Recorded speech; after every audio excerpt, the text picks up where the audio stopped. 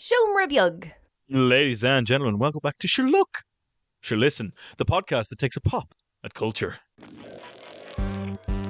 Sure Look, Sure Listen. Sure look, sure listen. Sure look, sure listen. Sure look, sure listen. Sure look, sure listen. Sure look, sure listen. Sure look, sure listen. Oh, very good, Benjamin. I was going to do an under-the-sea voice, and then I realised I won't be able to do one without some sort of voice modulator. But look, we don't have time for any sort of under-the-sea messing, because we've to look at a load of stuff this week, including there's a trailer for Five Nights at Freddy's, but this time it's the official version. Also, Nicolas Cage is back, but this time in video game form. Also, we have the most exciting trailer so far for Marvel's Secret Invasion. Will this save the Disney Plus Marvel shows? Or is that a Mission Impossible? What do you think of that, Ben? That was a good segue, wasn't it? That was very good. It was buttery smooth. It was. I ruined it by talking about it. But we have the latest in the series of, Tom Cruise, be careful, you're going to hurt yourself. Mission Impossible Dead Reckoning got a trailer. And out of nowhere and apropos of nothing, a new trailer for a new movie about an AI that's a little boy that needs to be protected. Yeah. And Michael, if that wasn't enough, this week, everybody's favourite straw man argument in the pub, The Little Mermaid, was released, Michael. And everybody's giving out about the fact that Ariel is black. Okay? So, this week, Michael, we've decided to take a look at mermaids, where they come from, and why anybody who complains about changing a mermaid myth is wrong. Yeah. That's what we looked at. Yeah. Ben's going to tell us, are they just going to flap up out of the sea and eat you, or is there also sex? There's no sex. Is Spoiler. there no sex in Spoiler. mermaids? Okay. I've been misled. Yeah. Benjamin, You have. Scroll back up to the top there and I'll see what the first thing we're going to talk about is. Well, Michael, I have something to talk about before we do that, because we've been threatening to do this for weeks, Michael. Oh, but I'm shit. going to irritate the listeners right now. Oh, very good. More so than usual. More so than usual. More so than just being my normal, natural self, Michael. I'm going to irritate them in a brand new way. Ladies and gentlemen, if you've been listening to this podcast for the last 5 years, Nearly 6.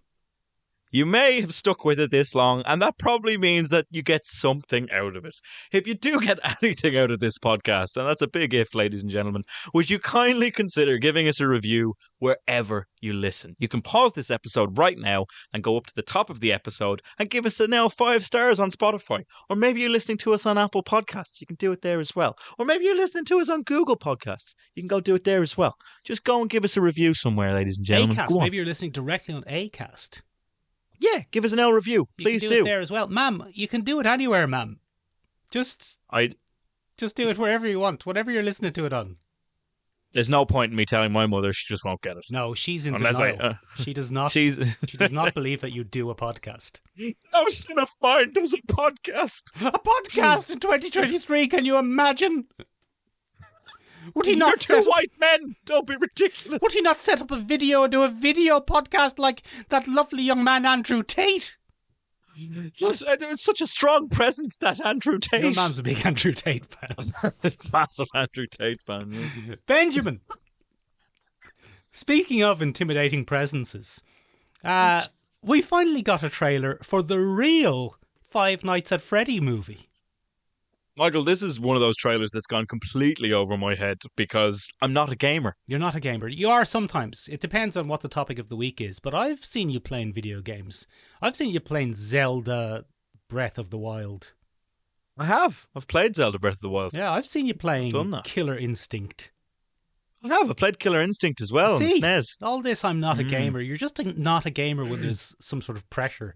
Or perhaps a need to answer a question. Five Nights at Freddy's, Benjamin, was an indie horror film from an indie horror game from the 2000s, where you played a new security guard in Freddy Fazbender's Family Pizza Place Atorium. Yeah, And that sounds right. yeah, and it's one of those places that only America had. We didn't have them here, Benjamin, because when we were kids, there was no going for pizza for your birthday. There was, Michael, a Pirate Pete's. I don't know if anyone listening remembers Pirate Pete's. Was that in In Liffey Dublin. Valley? It might have been. I'm not sure. Pirate Pete's, Michael, was a pizza place Yeah. that did it for kids, like a Chuck E. Cheese Oh, yeah. over there in that America. But there were no video games. Oh, were there animatronic pirates? I think there might have been one animatronic pirate. Very good. But I'm not sure. Well, Benjamin, you're half a generation younger than me, so you had the luxury of having that sort of thing available when you were growing up. When I was growing up, for my birthday, I got the special treat of not getting a beating that day. It was great.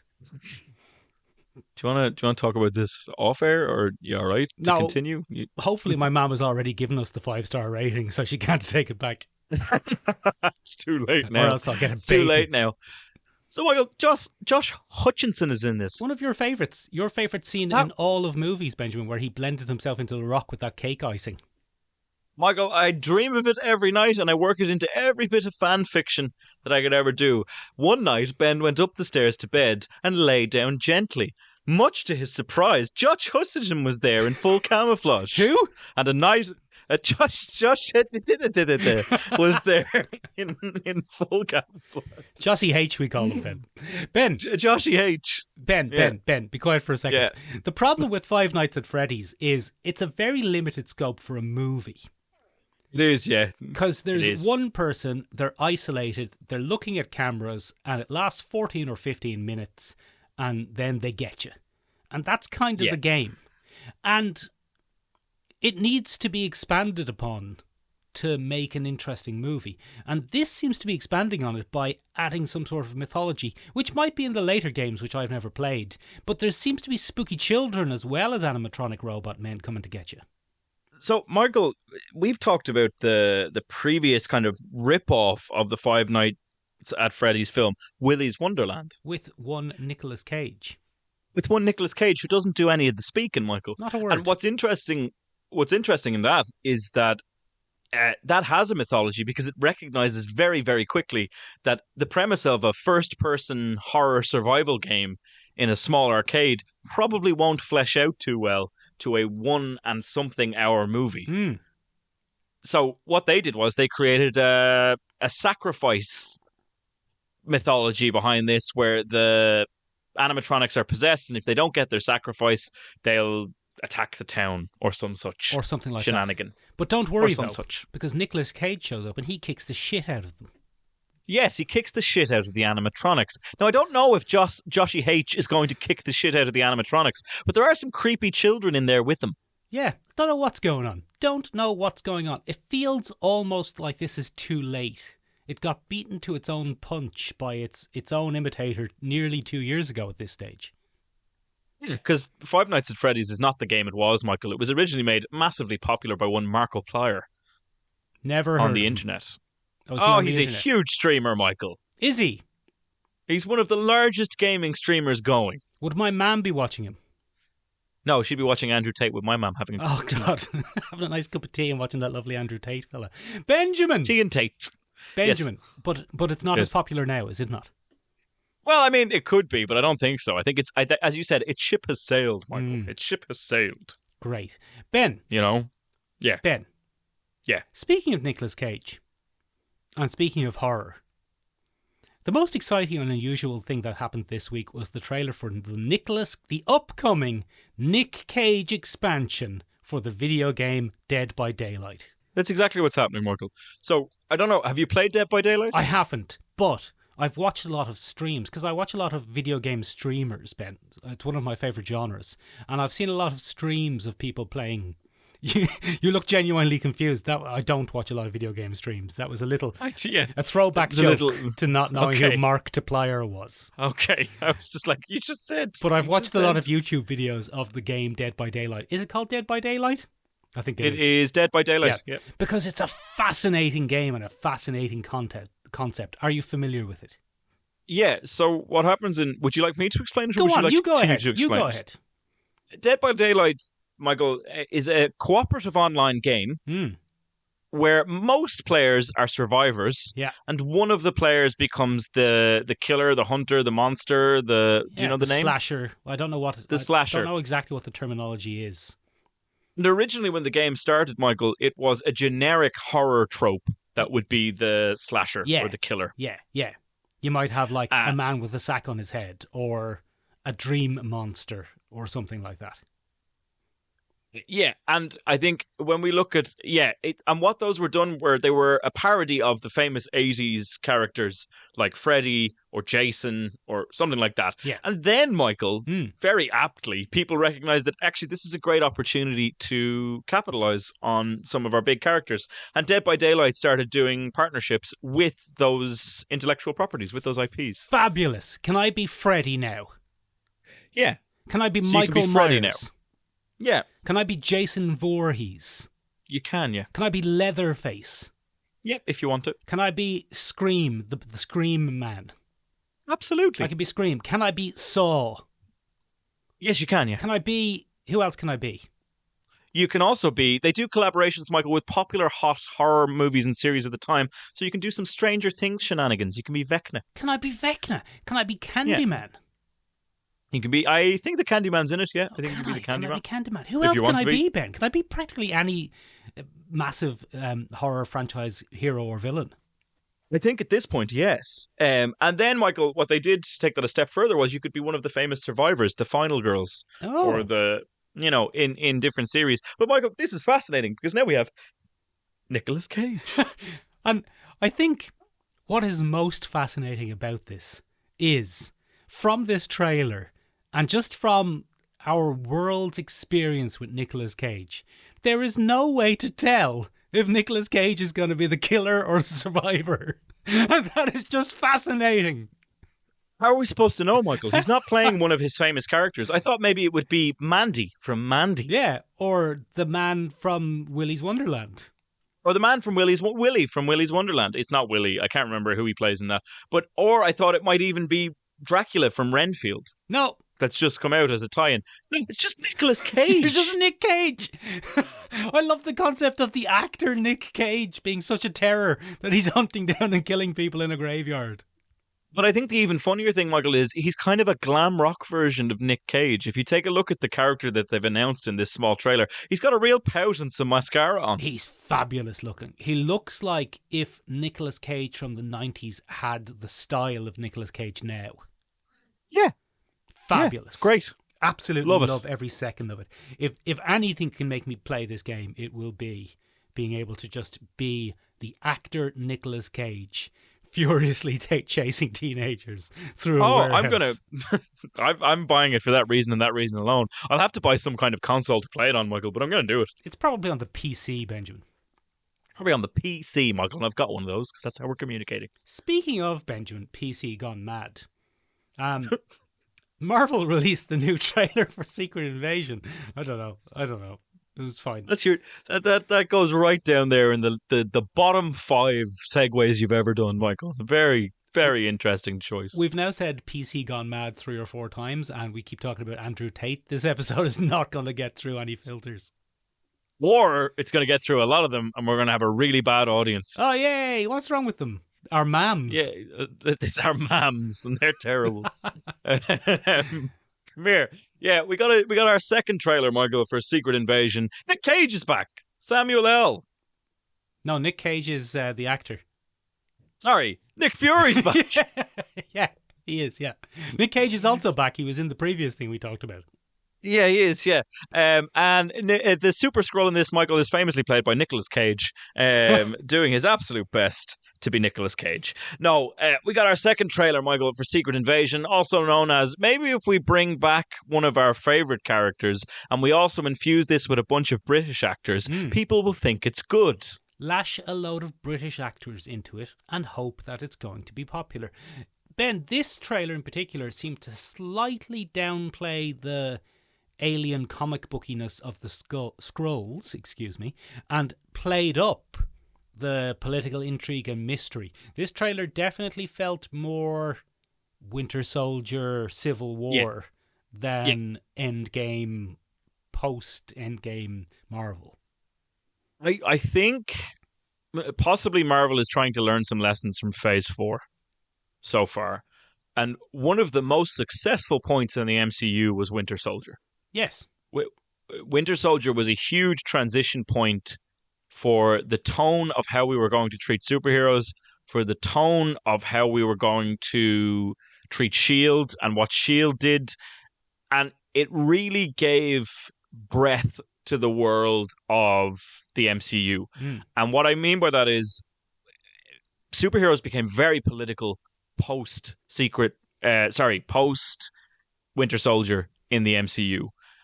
And then we had a massive departure from that, Michael, in the last couple of things, where we've attempted things like Quantum Mania, Thor, Love and Thunder. I don't think they ever released that. It never came out, did it Never not? came out as far as I can remember. They also tried things like She-Hulk. And look, we've covered this extensively on the podcast, Michael, but the tone of those is nothing like the Winter Soldier. It's almost not grounded in reality at all and leans far heavier on the snappy humor that was a characteristic of those early movies, but not a defining feature. And I think that's something that maybe Marvel forgot somewhere along the way. I know the dialogue in Marvel is a very love and hate thing for many fans because it's very snappy and very rapid and it goes. And for some people, it's like the Gilmore Girls in spandex. But in other aspects of it, Michael, that was never the draw in Winter Soldier or Civil War. No.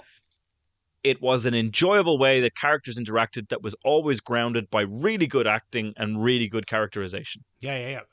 Almost to be, not derivative, reductive. Kind of Winter Soldier was, this is a little bit more for grown-ups. It's got Robert Redford in it. Robert Redford's an established spy man. Yeah, he's an established spy man. It's got him in it. Now, it doesn't have Britain's own Olivia Colman. Oh, it does now, though. But it does now, so maybe this will be good. Yeah, I mean, I can't really say, Michael. It looks like a spy thriller with aliens. Yeah, that's all I want. All I want is a spy thriller with aliens. That's all I've ever really asked for in my Marvel stuff, Michael. Look, bringing Samuel L. Jackson back is a good move. He's a good spy master. He's a good character within the MCU. He's very enjoyable. He seems to be their bread and butter now for the next two because he's very heavily featured in the Miss Marvel trailer or the Marvels trailer. Yes, he is. What was it called? Yeah. The Marvels trailer. Oh, yeah. So I guess he's going to survive this, so. Because I forgot, Michael, in my head that those were two separate things. Yeah. So he's obviously going to survive this and end up back in space. Or is he? Because we don't know if this is a time jump. It's all wibbly wobbly. Asher, look, it's all wibbly wobbly because he's on the space station in the Marvels trailer. That's how he meets Kamala Khan for the first time. Yeah, is that first though? Maybe we've just fallen out of the loop a little bit. Maybe that happens first. Benjamin, look, it's the thing I'm most excited about in Marvel these days. Yeah, in fact, it's the only thing I'm excited about in Marvel these days, if I'm being honest. Yeah, I mean, Michael, I told you last week, Guardians of the Galaxy 3, I think, is it for me. I think I'm done. Yeah. And I know you said that you're not going to push yourself anymore to be a completionist or a completist. Yeah. But I'm done. I think I've been done for a while, but this feels like a good final nail in my Marvel coffin. I'll watch Secret Invasion. If it's good, I'll keep at it, but I won't be pushing myself to finish it anymore. Very good, Benjamin. Ben! Yeah. Speaking of cramming your spy drama full of British actors in the hopes of being taken more seriously, what do you think about Mission Impossible? Mission Impossible. Oh, be careful, Tom Cruise, you're getting a bit old. Oh, Tom Cruise, give over. Get down off there, Tom Cruise, you're going to hurt yourself. Tom Cruise, I told you to get down from there, and now you've hurt yourself. They've put every British person I've ever seen in this. Yeah, so who is in this, Michael? So many things happening. Hayley Atwell, how are you doing? There she is. She's in it. Vanessa Kirby is in it. Yeah, Vanessa Kirby, her off the Hobbs and Shaw. Yeah, Hobbs and Shaw, exactly. Yeah. Simon Pegg. Yeah. Simon Pegg. Yeah. Noted British man, Simon Pegg. Simon Pegg. Ving Rhames. Ving Rhames, is he British? No. No. Okay, He's in it, good. Though. An excellent part of the list of British actors. Yeah. Tom Cruise, famously British, played an American for years. Very good accent. Very good accent. So Michael, this is Mission Impossible Dead Reckoning. Or Mission Impossible, How is Ethan Hunt Still Alive? Or Mission Impossible Dead Career for Tom Cruise. It depends on which one you want to take. Now, Tom Cruise I don't think is it's having an enormous resurgence, Ben. This could be a billion-dollar movie. He is, yeah. The Church of Scientology does him well, Michael. Does him well. They're just showing Top Gun Maverick in every Scientology center, are they? I think they probably are. I think he might have a 7-picture deal with them Oh, very for viewing rights. I think that's how he gets the numbers up. All the Scientologists go. good. Yeah, they have to. They're not bad films, in fairness. Top Gun 2 was very, very good. And the Mission Impossible films Ben, are Ben. generally quite good. Yes. Would you like to see a Mission Impossible film starring Josh Hutcherson? Yeah, that'd be good. It'd be That'd easy good. for you to say as well. Mission Impossible with Josh Hutcherson. Fuck's sake. Anyway, Fuck's sake. looks fine, looks good. That'll be grand. Yeah. Vanessa Kirby's getting typecast as a mysterious evil British woman who knows how to fight. Yeah, I mean, that's kind of her gig. But hey, they're in big movies. It's getting her name out there. Do you know what I mean? They are big movies. But yeah, she does seem to be... I was like, oh, is Jason Statham doing a crossover? Is he going to be in it as well? Is he going to be in this? His sister is in it, so is he going to be in it? Yeah, bizarre. But Michael, is the... Oh, I'm going to get in trouble here. Oh, no. Is the gentleman that seems to be the nemesis of this film, Yes, go on. is he from a previous Mission Impossible? I've never seen that man before in my life, Ben. Yeah, I've never seen him before. And Michael, it gave me a little whack of Javier Bardem in a Skyfall. Yeah. Fight on a train. Fighting a train. Mysterious man I from imagine the past. He's probably going to be in a glass box at some point. Yeah, you probably get some secrets out of him. Yeah, I look, it's going to be interesting to see. I think it's probably going to be quite good, Michael. The Mission Impossibles have been doing very well. They're quite enjoyable action films. I think the one with Henry Cavill, was that 5 or 6? Can't remember. 5? Yeah. In this particular case, like that is peak action film, and now frequently tops lists of the best action films ever Of recent times. And they'll probably continue it. I think this has to be Tom Cruise's last one, doesn't it? No, this feels like, I don't know if this is or not, but this feels like the first film of the final trilogy. No, it is. It's part 1. Yeah, This exactly. is part 1. Of course it Yeah. is. Yeah. I mean, they've probably done the whole film. Yeah, but this is the trend that can hop in the bin as far as I'm concerned. Go on. This new trend of, this is the final episode in the trilogy. Part 1 of the final episode in the trilogy. And then you're stuck with 3 more films that they had one idea for. I blame The Hobbit. The Hobbit, Harry Potter did it. Infinity War. Infinity War Endgame kind of told you that it was fine to do that. That was the first one that did it, I guess. The first one that really marked it out. Well, the latest Fast and Furious.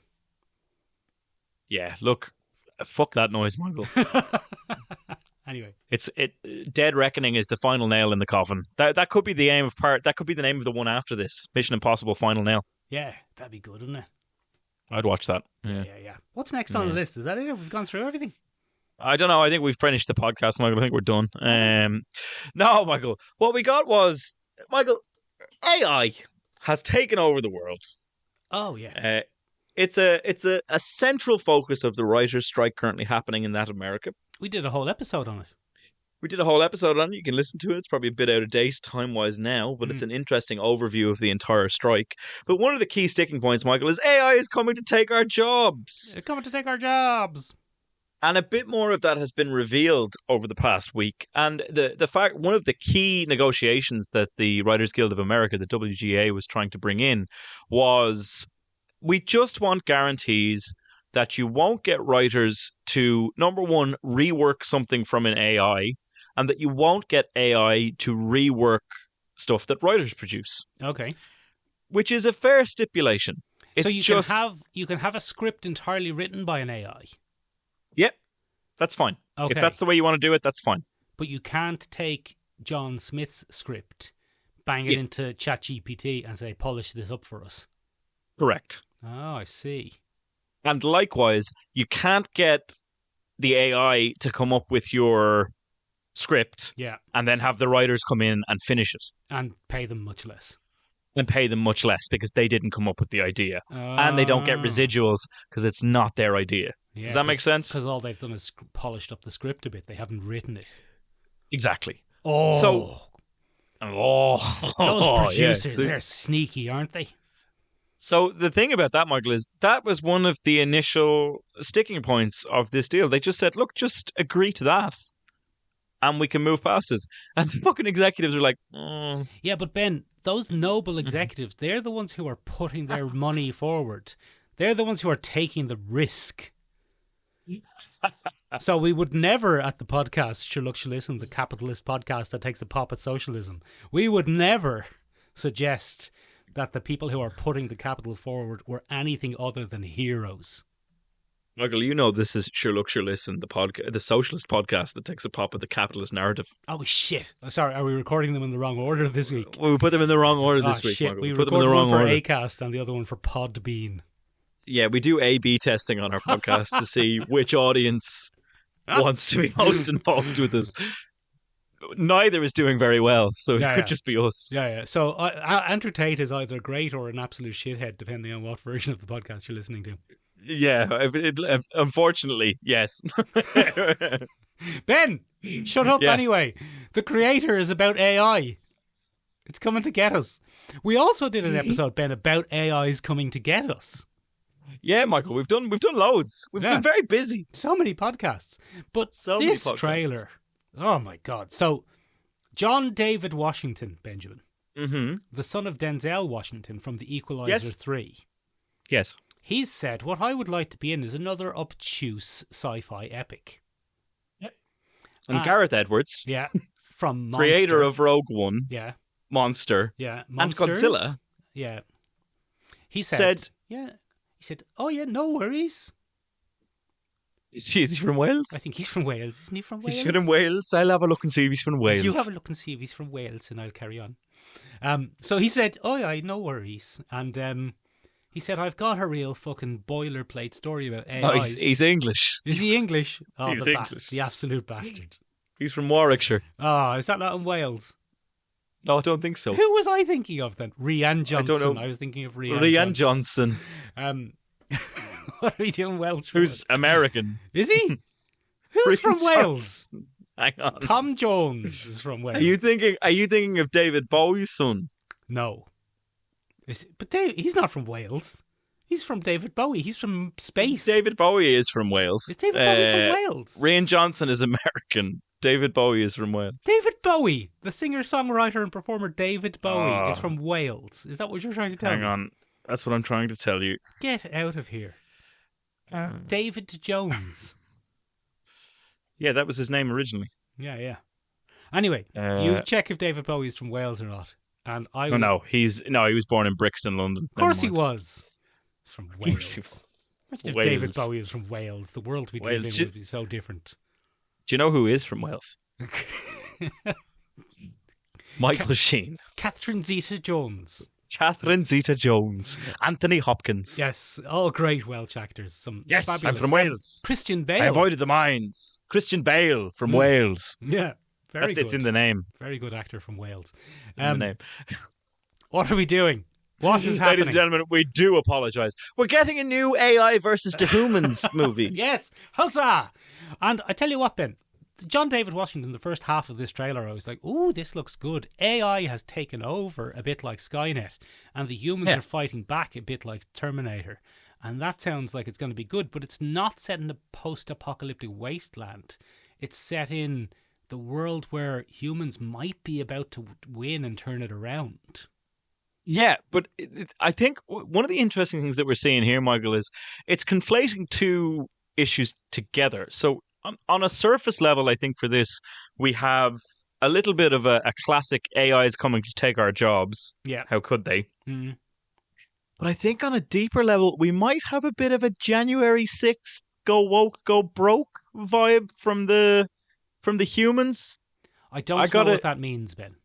I got a distinct feeling that the humans are pushing against progress and keeping the AI down. They're hunting the AI to extinction more out of a fear of something that's different as opposed to the AI being an issue in the first place. So we're the baddies. We're the baddies in the sense that, you know, the humans are the insurrectionists of January 6th, so to speak. I still don't know what that means. I don't know what that's in Raging reference against to. woke America, Michael. Benjamin, I Progressive don't America. know what January 6th is in reference to. Was it some sort of event? I'm not being Yes, facetious here. there was a large event in the United States on January 6th, 2022, where a group of Donald Trumpites, Yes. 2021, took the capital. of the Oh, I United do know States. about that. I didn't know that was referred to Yeah. as January 6th. I don't care about It American is. politics, Ben. I don't give a shite. Nor should you, Michael, Yeah. except that it influences most of the major narratives that you consume. Is that what this is then? I don't know. The AIs are the immigrants. The AIs are the immigrants coming to Okay. take our jobs. And they come to take our jobs. I tell you what, Ben, they had me at the start, and then it turned out Yep. to be about the AI was a little boy, and I completely lost interest. I've seen that. Michael, one of our first ever podcasts on our other podcast, Collecting Issues, Yes. the bi-weekly comic book club that no Yeah. longer records at the moment because we're focused on this, Yes. was on Descender, which Yes.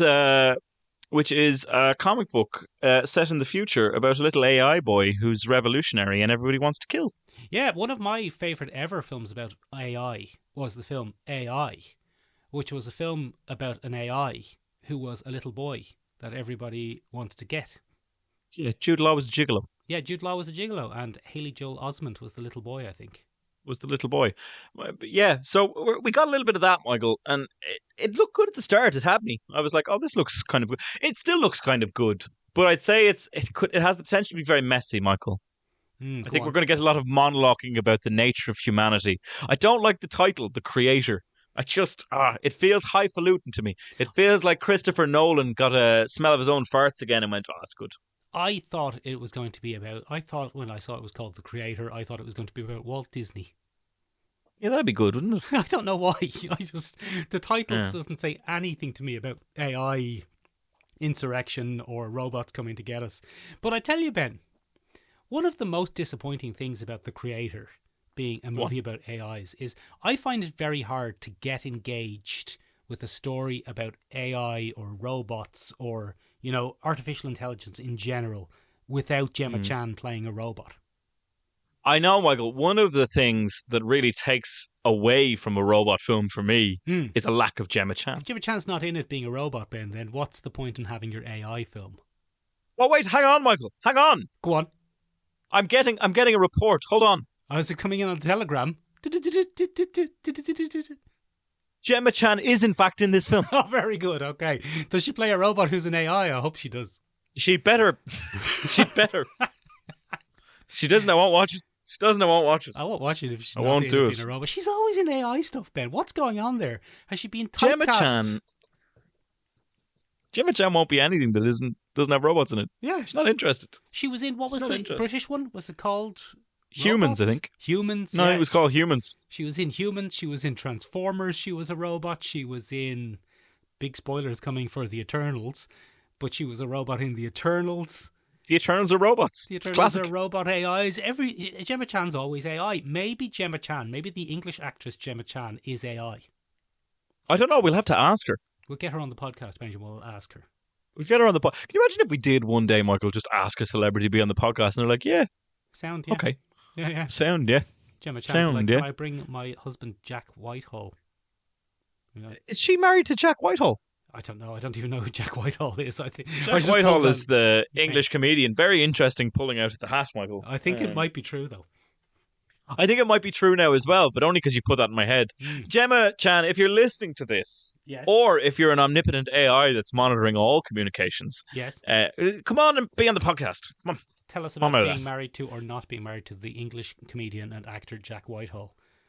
Yeah, absolutely. Let us know if you'd like that to happen or if it has happened. Yeah. Are you spending a lot of time together or are you at home alone all the time because he's out shilling for Bira Moretti or whatever?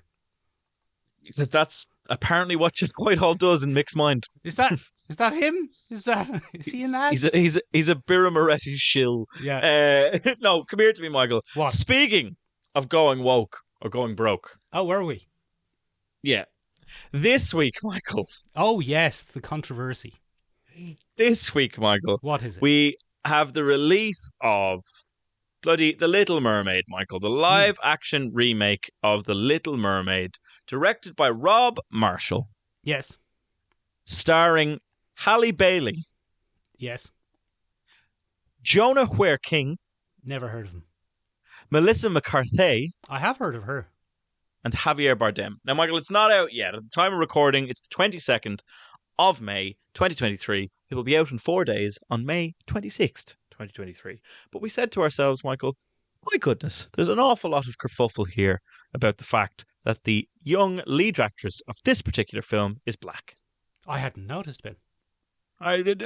Well, famously, you and I, Michael, don't see colour and are not allowed to drive. But in this, Michael, people are losing their fucking minds Yes, about this. To which many people have said, and rightfully so, in my opinion, it's a fucking cartoon. Get over it. It's fine. It doesn't matter. It's probably going to be rubbish because all the live action films are fucking rubbish. Yeah. Nobody lost their mind, Michael, when Will Smith played the genie.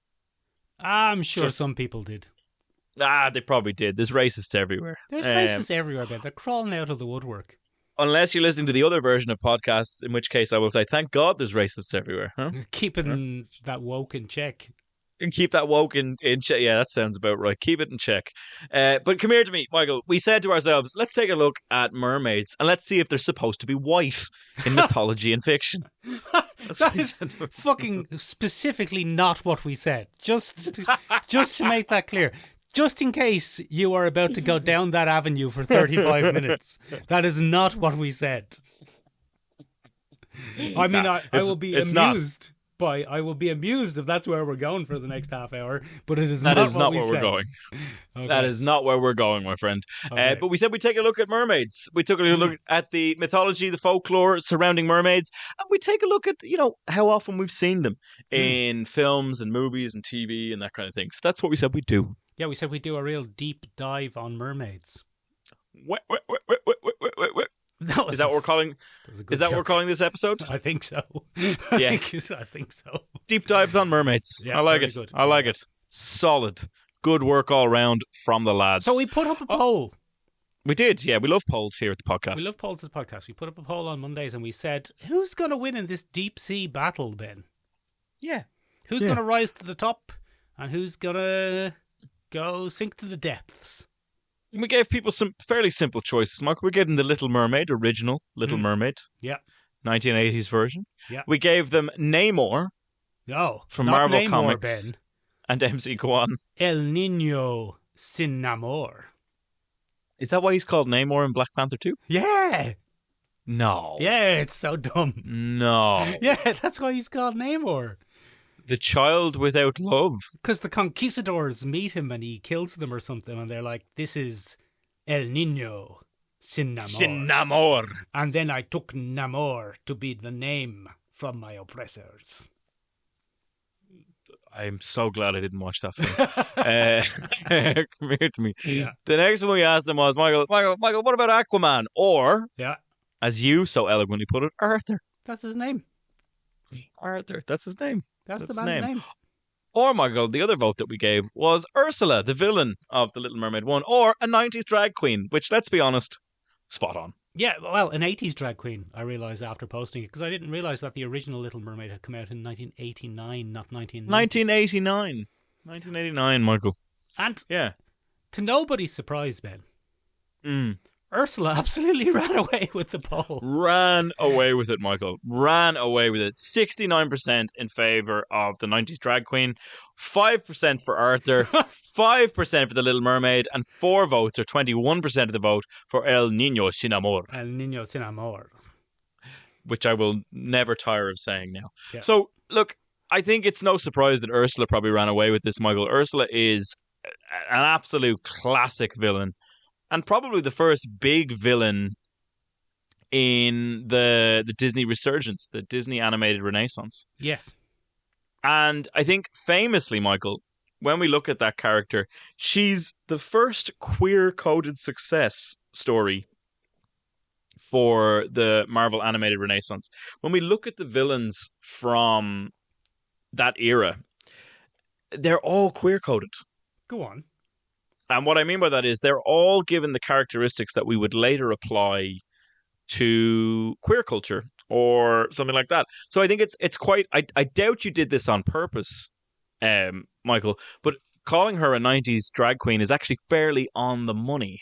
No, I did do it on purpose, Benjamin. Good okay. Good friend of the podcast, Sean, was in contact with me the last time we talked about Ursula in passing.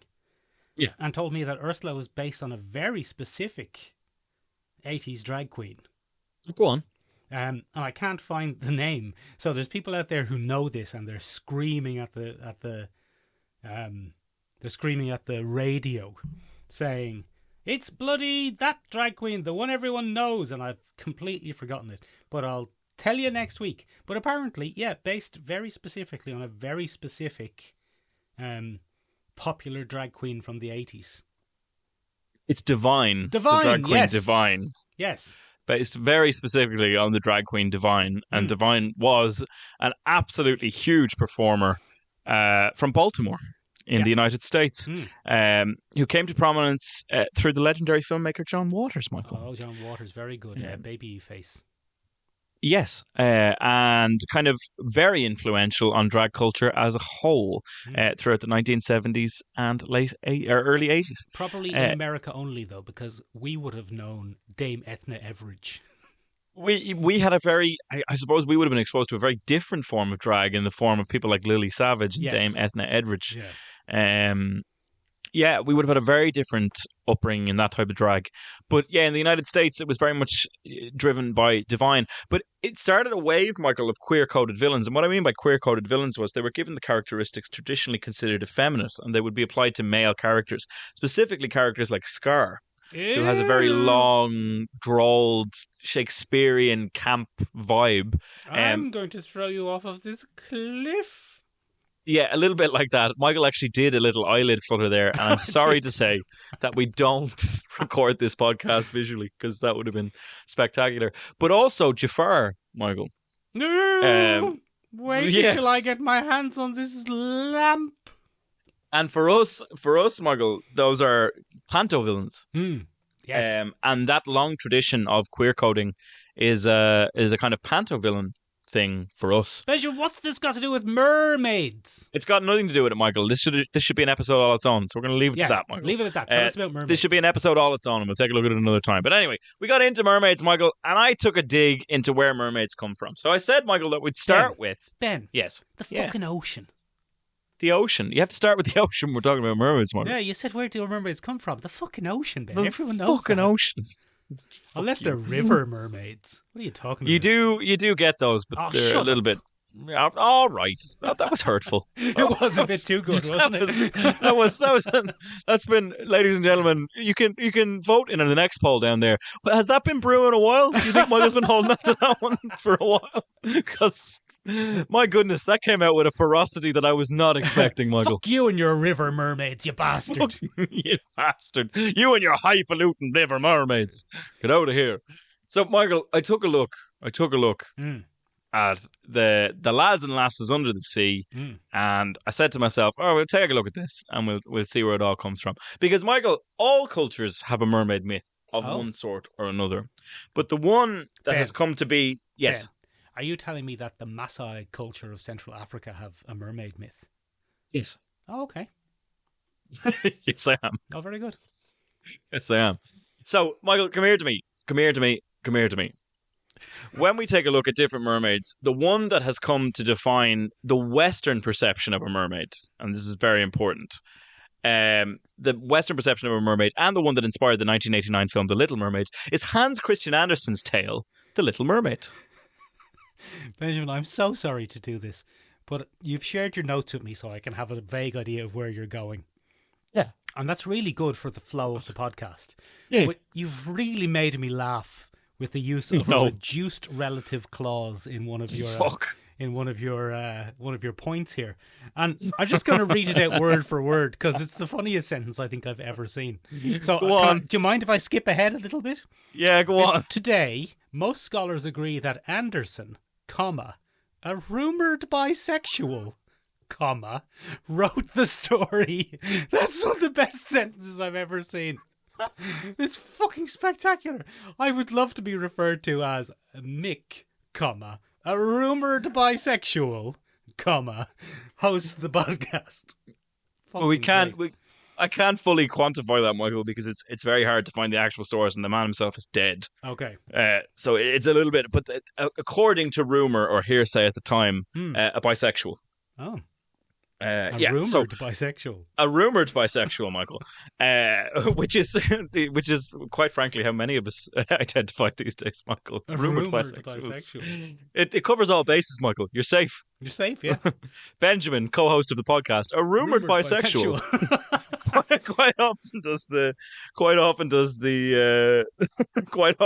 the research bit of the podcast. Fucking great. I'm glad you've enjoyed that, Michael. I feel like an idiot now, Sorry, but very well. No, tell us about the mermaids. Moving on from there, probably where we get a lot of our Western perception of mermaids, Michael, is from The Little Mermaid. And The Little Mermaid was written by Hans Christian Andersen in 1837, Michael. Not that long ago. Not that long ago. So a fairly modern interpretation of a mermaid for a creature that's been around millennia, Michael. You know, fairly up to date. So in that, it follows the traditional story of the Little Mermaid. Mermaid falls in love with a human, goes to a sea witch, gets a potion, goes up to the surface. But there are some major diversions from the Disney-fied version of that, Michael. Number one, in the Disney version, Ursula takes Ariel's voice through magic. Just takes it away. Yeah. And it's a sequence, it's a little sparkly sequence, and she keeps it in a little glass bottle and she puts it up on a shelf, which is very magical and good, Michael. In Hans Christian Andersen's version, she just cuts out her tongue and keeps the tongue. Oh, no. Yeah, it's awful. And then she transforms her tail into two legs and she goes up onto the shore and she falls in love with the prince. But the prince in this, Michael, is a real bastard. He goes, ugh, she hasn't even got a tongue. Gross. And he has his wicked way with her, Michael. And then he leaves her for another woman. Oh, classic men. Yeah, and so the end of The Little Mermaid in Hans Christian Andersen's 1837 version is her contemplating, first of all, murdering the prince. Right. And then she commits suicide. She takes her own life. Oh, bloody hell, Hans Christian Andersen. She completes suicide and takes her own life. And many people believe this to be Hans Christian Andersen's way of working through his own rejection by a man, Edward Cullen. And it's his kind of outpouring of feeling around that issue in a coded story, because open rumoured bisexuality or not was not accepted back then. Yeah, so very interesting. But mermaids themselves, Michael, are abundant in cultures around the world. They're everywhere, Michael. Everywhere. And we'll go straight to the one that you were talking at. Now, unfortunately, Michael, you said the Maasai tribe of Central Africa, and you're right. They probably didn't worship this particular mermaid goddess in the same way. But this is a West African goddess, and her name is Mami Wata, or Wata, Mami Wata. I'm not sure how to pronounce that one correctly. And she is a water spirit linked to fertility, lust, and wealth, and is quite often depicted as a mermaid being wrapped around by an anaconda. Oh, like Nicki Minaj. Like Nicki Minaj, Michael. Very good. And so in this particular case, Michael, she's quite a popular figure.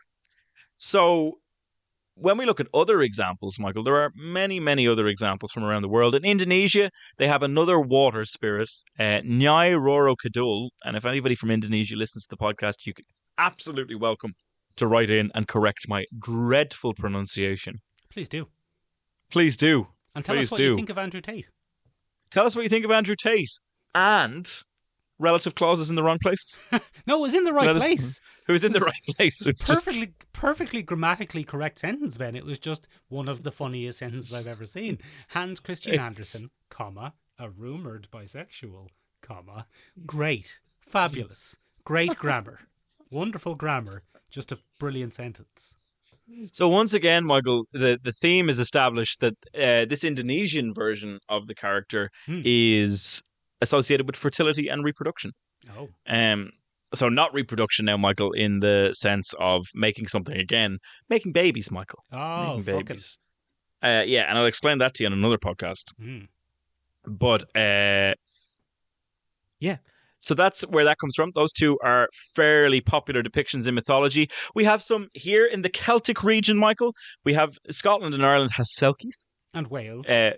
which and Wales, alongside David Jones, noted Wales denier David Jones, also known as David Bowie. Yeah. So in this particular case, Michael, Selkies are a little bit different. They are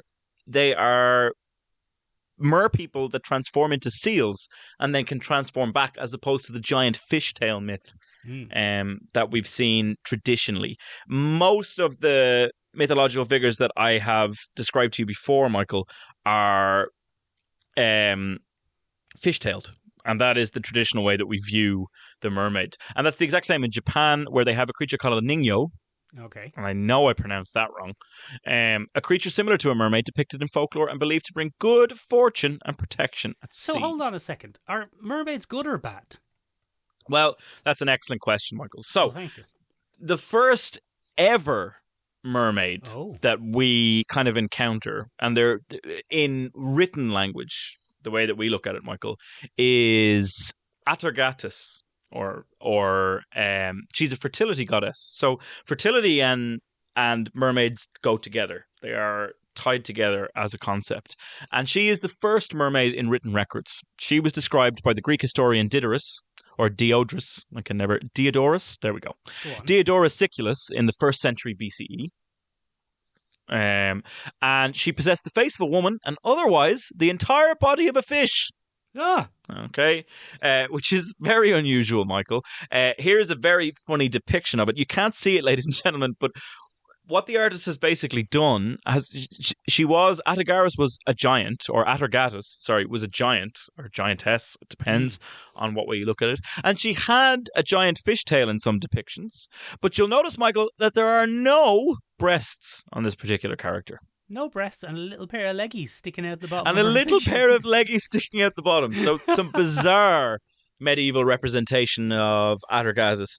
But it was noted by many classicists that Atargatis is a sexless being, and she has an androgynous blend of physical qualities. So that was a big departure from what we see these days, Michael, and especially in more modern mythologies, because mermaids are heavily tied to fertility and therefore are very feminine in their description. Very sexy. Very sexy indeed, Michael. Very sexy indeed. And the more modern mermaids that we encounter, and kind of the beginning of...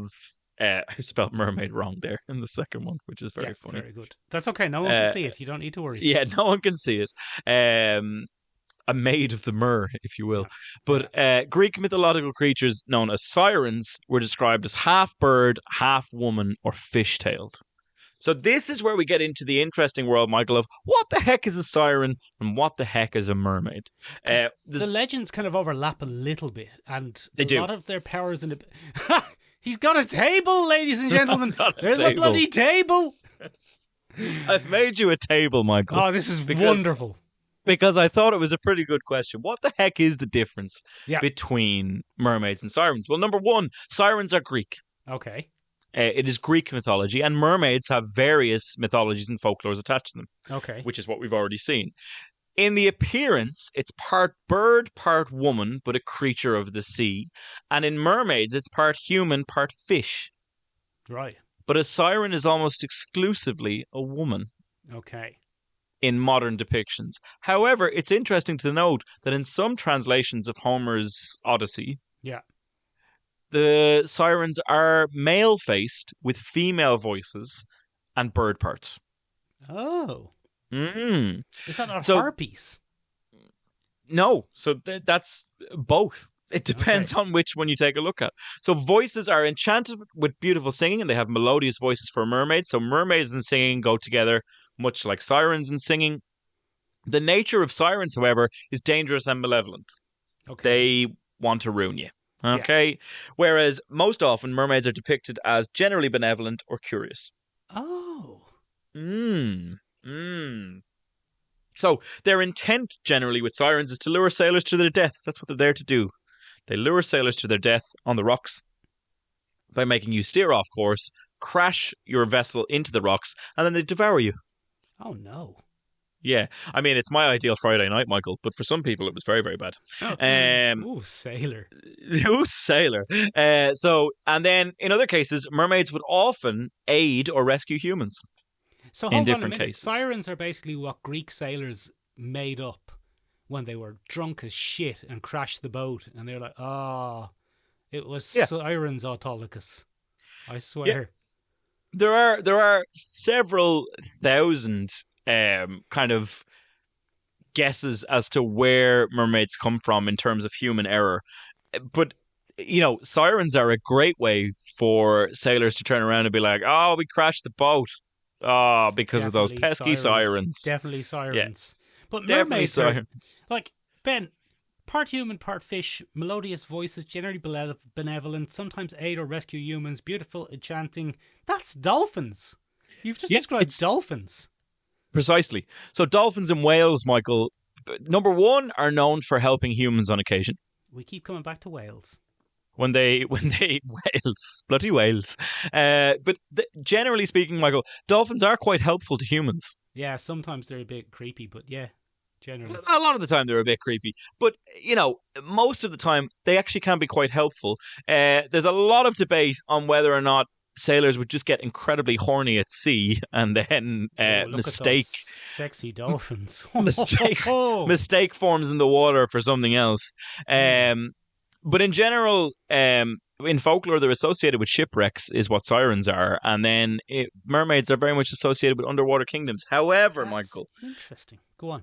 you would be forgiven in modern depictions for mistaking the pair, because what quite often happens in modern depictions of mermaids is a complete overlap. Mermaids are underwater creatures that lure men to their death Benjamin, under the waves. I watched 2011's Pirates of the Caribbean 4 or 5 on Stranger classic. Tides. Yeah, it's not. Dead Man's Chest. I can't even remember what it's called. The one with the flippin' mermaids in it.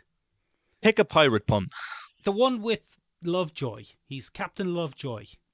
And his That means daughter nothing is to Penelope me. Cruz. Ian Lovejoy. McShane, Penelope Ian Cruz, McShane, Javier Bardem. Yes, that one. Or is that And- the following one? No, it's that one. That's the one where they have to get the mermaids. And the best scene in that entire movie is when they're trying to catch a mermaid. Yeah. And they send a bunch of lads out on a little boat and say, here, Not a go smart out there move. in that boat and the mermaids will come and get you. But then we'll get the mermaids. And it's the best scene in the film. It's the only memorable scene in that entire movie. The rest of that movie's an absolute mess. But there's an absolutely fantastic scene where there's a couple of sailors in a little rowboat out in a bay. And they've been there for ages. And suddenly a beautiful young woman swims up beside them and tries to lure them in for a kiss. It's Amanda Seyfried, isn't it? Is it Amanda Seyfried? It's someone who looks like Amanda Seyfried. I don't know if it is Amanda Seyfried, but Ben, I tell you what, to use the terminology of the modern world, which I love to do on the podcast, all the other mermaids start popping up out of the water, Ben, and they're all tens. They're all tens. They're all tens. A shoal Ben. of tens. They're all looking very snatched. Yeah. Very multicultural, though. Very multiracial. Something for everyone in the Mermaids. But they take a horrific turn in Pirates of the Caribbean, where once they've almost lured the men under the water, they reveal that they've got horrible, pointy, sharp teeth, and they're much more shark-like and predatory than we were led to believe. And they start attacking and trying to eat everyone. Now, they're kind of useless. It kind of takes a lot of the tension out of it because it turns out to be a trap to catch a mermaid. And the mermaids end up on the worst side of it. And they get caught. Exactly. Well, one of them gets caught and then she falls in love with Orlando Bloom or something. I don't know or care, Ben. It's Orlando Bloom's son. Yeah, it might be Orlando Bloom's son. Orlando Blossom. But very good. That entire subplot is lifted from an ancient mermaid myth. Get out of here. And by get out of here, I mean don't get out of here. Tell me. Tell me more. So that's based on, and we've done a whole episode on this as well, Michael, on Ondine. We watched Ondine the movie a few weeks ago. We watched Ondine the movie by Neil Jordan weeks ago, Michael, and that's based on a very famous European myth of Ondine or Undine, the mythological water spirit in European folklore. So this particular myth comes from the Middle Ages, Michael, and she's portrayed by she's often portrayed as a water nymph or a mermaid-like creature. And the one that this lifted the subplot from for Pirates of the Caribbean was the novella Undine by a Frenchman. Friedrich de la Motte Fock. Is that really his name? That's his name. Fuck is the French word for seal. There you go. Friedrich de la Motte seal. And that was published in 1811, Michael. Very interestingly, before Hans Christian Andersen's 1813 version. Interesting. And were mermaids good or bad in that? So they are soulless, but it is left up to the viewer to decide whether they are good or bad. One of the central themes of Ondine is, well, the plot is that she falls in love with a knight, a human knight. She comes to the surface, falls in love with a human knight, and the central theme of the story is that this knight, who is chivalrous and good, wants to be with this creature who has no soul. And that's one of the big themes of the story. And that's the way that it's looked. It's been adapted numerous times, Michael. Literature, opera, art forms. But the most notable one is a famous opera called Ondine by Hans Werner Heinz, or Henze, and the film Ondine by Neil Jordan. So those are the two that we've seen the most. But it's one of the early ones, and it's directly what inspires the strange mermaid subplot of Pirates of the Caribbean. Get out of here, Ben. Yeah. Mermaids these days are either like figures of comedy or figures of horror, and it really is a blurring of the lines between mermaids and sirens and all the rest of them, isn't it? I think, it's interesting that you say the blurring of the lines, Michael, because that is fundamentally what mermaids represent. They're a very liminal creature, and what I mean by that is they are an in-between state creature, and it's probably quite fitting that they belong in the ocean, a massive body of fluid, because they are so fluid, Michael. Oh. I think, they come to embody, as all myths do, Michael, many different things. One of them is a fear of the ocean and what happens in the ocean. Very often, because of their heavy ties to fertility, lust, and romance, it probably represents a sailor's wife's anxieties about what sailors do in different ports. Oh, fucking. Falling in love. Yeah, fucking Michael, yeah. And they quite often blur together. But one of the big things is that they're quite often genderless. Mermen and merwomen are a big feature of a lot of different things. And they've become this massive depiction of the ocean and what lies beneath. And they've become very popular in that regard. But we see them all over modern culture as well, Michael. Sure, anytime you get yourself a bloody Starbucks. There she is. There she is. There's an owl mermaid. There is an owl mermaid, Michael. It's right there. They've become a massive part of that, and they've been in numerous TV shows and things, including, but not limited to, Splash, which is an absolute classic. With Daryl Hannah and Thomas Hanks. One of the best ones, Ben. One of the best ones. No joke. One of the best ones. I think we one watched of the it for best this podcast ones. Years ago, did we? We did. One of our early episodes was on Splash with Daryl Hannah and Tom Hanks. Before we called it Exhumed. We used to just watch stuff like that occasionally.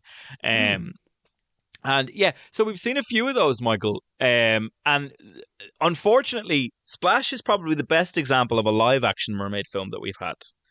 And that has inspired some bizarre spin-offs as a result of that, Michael. Have you ever seen H2O Just Add Water? Yes. This is a bizarre show that was on Nickelodeon, and it featured 3 young ladies, Michael. Yes. It was set in Australia. Oh, bloomin' Australians. Bloomin' Australians. There they are there, Michael, on your screen. So there's the 3 girls girls. Of the Southern Hemisphere. The whales of the Southern Hemisphere. Michael. Oh, no, that's New Zealand, isn't it? That's New Zealand. Yes, it is. Yeah. Well, you have New South Wales. Yeah. Anyway. 3 young ones. Anyway, these are the 3 young ones, Michael. And they're going to college, and they've been transformed into mermaids, not by birth or genetics, but they swam into a cave on a full moon once, and they got the powers of mermaids. Oh. What sort of adventures do they get up to? Michael, they get up to ridiculous adventures because anytime a drop of moisture touches their skin, they transform, and it causes all kinds of hijinks, Michael, with the local lads and lasses at the local high school. Because anytime even a fraction, Michael, of moisture hits them, they grow their big long tail and they get trapped in the middle of whatever shenanigan they're in the middle of. And it's ridiculous because it takes nothing into account from bloody moisture in the air or sweat or anything like that. It has to be external water touching them. But it doesn't matter where it hits them, Michael. It doesn't matter if it's a microbead. They transform into these creatures. And there's all kinds of adventures about their lives and whether or not they want to stay mermaids or not be mermaids. Or there's all kinds of shenanigans, Michael. All kinds of shenanigans. I always feel sorry for actors who have to do extended periods of being in shows about mermaidery, the beach or mermaidery. Their skin must be so dry. So dry, Michael. They're just being salty all the time. Chlorinated or salty all the time. Those are your choices. Those are your choices. Yeah. I mean, H2O just add water is kind of the tip of the iceberg, Michael. But we've had a lot of dodgy mermaid media over the years. And it's because they're very hard to bring to life comfortably, and they're very hard to disassociate from the likes of The Little Mermaid, the Disney movie. They are associated with like bright kitsch colors and that kind of thing, and cheerful, happy stuff. That's kind of how it works. There are a few horror movies now in a modern sense, Michael. We're getting a few more horror mermaids, but as you said, that's a strange amalgamation of sirens and mermaids. We could and do not a necessarily whole episode on horror mermaids sometime. We probably will eventually, Michael. We probably will. But until then, Michael, we shall have to make do with The Little Mermaid starring Halle Bailey. And H2O just out of water. Ben, I asked on the Discord today where all of us can hop up on. I could ask people what's their favourite mermaid in pop culture. And I left pretty late, so we only got a little sparse few responses. But Old Man Cadwell said P.T. Barnum's Fiji Mermaid. I have no idea what that is, Michael. The Fiji Mermaid, Benjo, was a very famous mermaid of pop culture where circus acts would often stitch... Oh, you've gone. That's unfortunate. Ben, you left the meeting. I left the meeting, Michael. I'm sorry. P.T. Burnham's Fiji Mermaid. So, okay, look, we have to do it behind the scenes here. Ben left the meeting, ladies. He closed down the Google. Do you know why? You were trying to because I typed Fiji Mermaid into the fucking tab and I hit enter before I switched tabs. Very good. The Fiji Mermaid, Benjamin, was a famous circus sideshow creature, usually made from stitching together the top half of a monkey and the bottom half of some sort of fish. Very disturbing. Gross and terrifying, and featured in one of the best episodes of X-Files called Humbug. And Stephen Cadwell, Dr. Oldman Cadwell, told us about that. And Gwambi Guy, one of our more recent joiners of the Discord, said there's an episode of Futurama about the sunken city of Atlanta. Yeah, Fry falls in love with him. Yeah. Not Atlantis, Ben, Atlanta. Great stuff. Atlanta. Yeah. Atlanta sinks in the south of America. Flat America. Yeah, it's a whole thing. Ladies and gentlemen, what are your favourite examples of mermaids in pop culture? Get in touch with us in a few different places and let us know. You can find us on the interwebs at www.seomrabeag.com, SEOMRABEAG.com. It means tiny room in Irish. It does indeed. You can find us on Instagram at Podcast, where we have many funny reels. Some funny reels and some insightful reels. Some insightful reels. We're very insightful, ladies and gentlemen. Very insightful. I don't know why I'm slightly German at the end of the podcast, but that's how it's going to go. Ladies and gentlemen, you can also find us on TikTok if you're so inclined. We're on Podcast. Yeah, I've heard. And ladies and gentlemen, the best way to get in touch with us is to hop up on that Discord, and you too might be mentioned at the end of a pod. And if that isn't enticement enough, I don't know what is. Ladies and gentlemen, I'm off to have a swim and go looking for some mermaids. Hopefully not a Fiji one. Goodbye. Goodbye, everybody. It was very nice to mermaids.